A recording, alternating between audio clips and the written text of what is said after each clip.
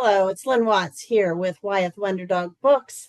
And today I'm going to talk about the topic of caring for the caregiver. And who is the caregiver? Well, that's you as the counselor. And this happens so often is that we as caring people and people whose job and potentially even our role in life is to help take care of others often don't take very good care of ourselves. And I don't know that that's intentional. I think that many times we just get so caught up in what is going on and we wind up in trouble ourselves, either physically, emotionally, spiritually, whatever um, means or method that might show up for you. I've recently had a couple of people in my life who have been so involved in caring for others, serious problems, serious medical problems, where they have been taking care of others, looking after others, helping a daughter who had her first baby, and all of this at once, and themselves have wound up, one of them actually even in the emergency room having a mini stroke because she was dehydrated and exhausted and low blood pressure and really was taking care of everybody except herself. So it's very important that we take care of ourselves, if for no other reason. Well, the first reason is because you're worth it. But for the other reason is because we can't really care for others if we don't take care of ourselves as well. And I'm sure you've heard that whole analogy. As counselors, what are some of the things that could impact us without us maybe even expecting it or recognizing it? One is weather related or natural disasters. And these may impact your school, but it might just impact you personally. There are fires, there are hurricanes, all kinds of things that happen. And perhaps that impacts you in your neighborhood. And that can impact you as in your role as a counselor. It might be the illness or even the death of somebody very significant to you. And perhaps that's someone you've been caring for, or that is someone that you've been helping them to manage their life. Many of us have older, elderly parents that we have had to look after, and that can be a very exhausting experience as well. It might be some sort of community crisis or even violence. I hate to even mention school shootings, but it doesn't have to be a school shooting in your school. Perhaps there's one elsewhere in the nation, and that affects all of us in a way of really almost as though we experience the trauma of that ourselves because we're in an environment where that could happen. And then finally, if we know a family member or have a friend who's going through some sort of personal trauma and we're trying to assist them, that can also be very traumatic for us. So, what do you do about it? How do you take care of yourself?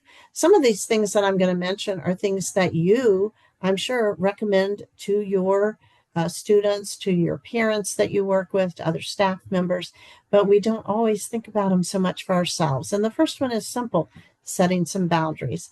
And I know in the midst of a trauma, in the midst of a difficult situation, perhaps we don't set boundaries right then. We have to be there for what needs to happen. But as many of these things go on in time, there has to be a point where we step back a bit.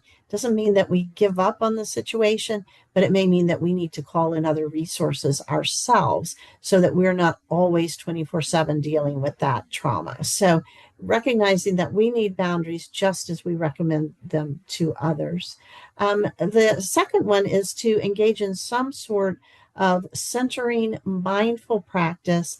And of course, this is something you don't want to do just because there's a trauma. It's something you want to incorporate into your life throughout, all of our daily lives, whether they're stressful or everything's going well. So this can be anything from a quiet time, a prayer time, a meditation time. It could be some actual practices like yoga, or I'm involved in Qigong, which is a Chinese energy kind of practice that can help you with stressful situations, relaxation, and mindfulness. So find what works for you. Even 5 minutes a day can make a big difference. The third thing is to seek professional support. And, as professionals, a lot of times we're the last people to ask for help. We feel like we ought to know what to do, we ought to know all the answers. And I think that's especially true when it comes to mental health and emotional support, because, hey, that's our job. But it's also true that we need that kind of support as well. And many times we need that from a professional. I know one of the expressions that I often think is so relevant is if you're inside of a bottle, you can't read the writing on the outside, right? It's such a wonderful analogy. And if you're in the midst of trauma or stress, you can't always tell really the whole picture, or you can't see all the different nuances of what's happening. A professional can help you do that. Um, One of the last things that we often do is take care of ourselves physically. And that truth, my friend I just mentioned, she was part of her problem was she was dehydrated.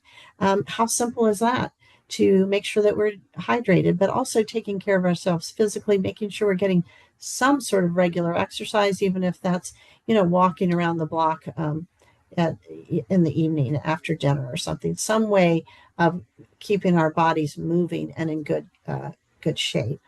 Um, Another one is to make sure that we stay connected and to develop a support group. And again, this is something that we need all the time, not just something you're going to start looking for if there is a stressful event or some sort of trauma. So, whether that is your family provides that kind of support, whether you belong to some sort of small group, some community group, a church group, a something that has to do with an activity that you like to do, but that is a group that is not only engaged with you in good times, but also provides support when there is stress or trauma involved. And another thing that we want to keep in mind is to schedule regular breaks. If you are involved in something that is demanding of you 24/7, you need to periodically schedule, not just think, I'm going to take a break when this calms down. Schedule something, even if that's only, 15 minutes where you're going to go have a cup of coffee, you're going to relax, you're going to get away from the situation. Go somewhere else, meet with a friend, whatever is involved, schedule some regular breaks. And the final thing, which is something that I'm not sure we, again, often think of, is have some sort of creative outlet where you can express your emotions. Now, certainly that is something you may want to do in your support group and your profession, if you're seeing a professional, but some way that you individually can do that. That can be journaling.